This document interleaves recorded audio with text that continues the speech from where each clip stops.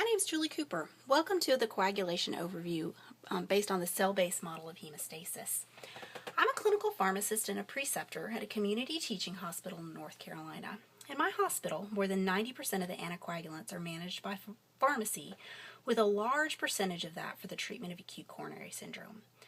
Over the years, as I have taught clinicians to manage anticoagulation, I find that the dread anticoagulation cascade is not adequate for the understanding of the increasingly complex management of acute coronary syndrome. This series of 4 videos designed for a cardiovascular pharmacy school elective is intended to explain the cell-based model of hemostasis and how it is affected by parenteral anticoagulants, antiplatelets, with a special emphasis on the management of acute coronary syndromes. Our starting point, however, must be the waterfall model of the coagulation cascade. The waterfall model of the coagulation cascade has 2 sides, the extrinsic side and the intrinsic side.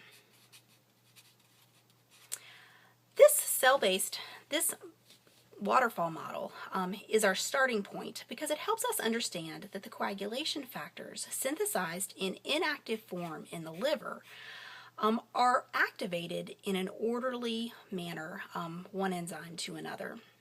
So we'll start with the extrinsic side of the coagulation cascade, where factor 7 is activated by exposed tissue factor, exposed on vascular damage to factor 7A. Factor 7A then directly activates factor 10 to factor 10A. And that's the end of the extrinsic side of the coagulation cascade. But notably, this is the side where the cell-based model begins.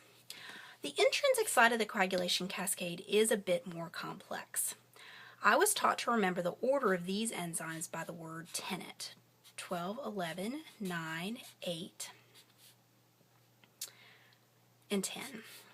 Factor 12, the activation sequence of that is outside the scope of this video, is activated to factor 12A,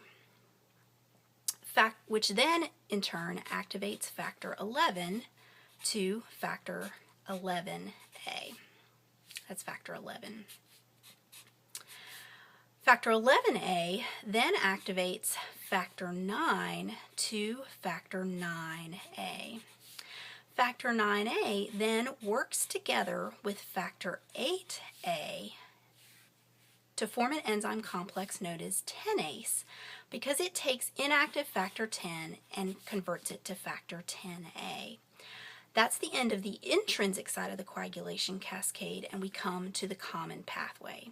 In the common pathway, factor 10A works together with factor 5A to convert factor 2, also known as prothrombin, to the most important enzyme in the coagulation cascade, the enzyme thrombin, or factor 2A.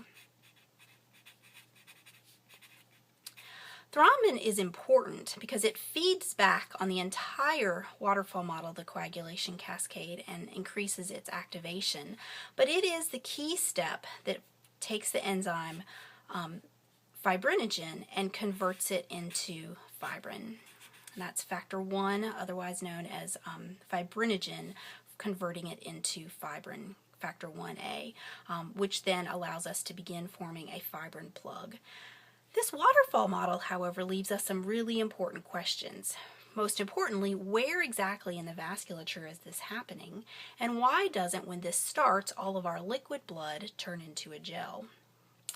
Not only that, where do factors 8A and factors 5A come from?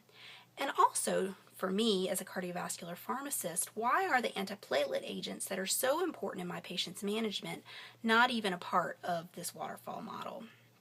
This model was developed back in the 1960s when we were first learning about how blood turned from a liquid to a gel.